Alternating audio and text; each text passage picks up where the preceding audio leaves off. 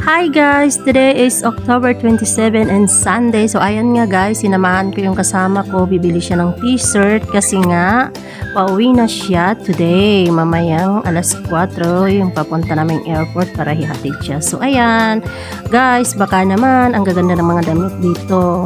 Yan, pambabae, panlalaki. Dito talaga kami lagi pumupunta kapag pumupunta kami dito sa Doha. Kasi ito yung paborito namin shop. So ayun, fast forward, pumunta na kami ng supermarket Kabayan kasi may bibilihin ako. So ayan, lakad lang, talagang medyo mainit pa dito sa Qatar pero malapit na rin ang taglamig. So ayan guys, nandito na kami sa supermarket Kabayan at bibili lang naman ako ng gamot pero pauwi na rin kami. So ayun, ang daming pwedeng makbili, pera lang ang wala. So ayun nga guys, lumipas ng 4 oras. So ayan, nandito lang kami sa sasakyan para ihatid siya papuntang airport. So gumagabi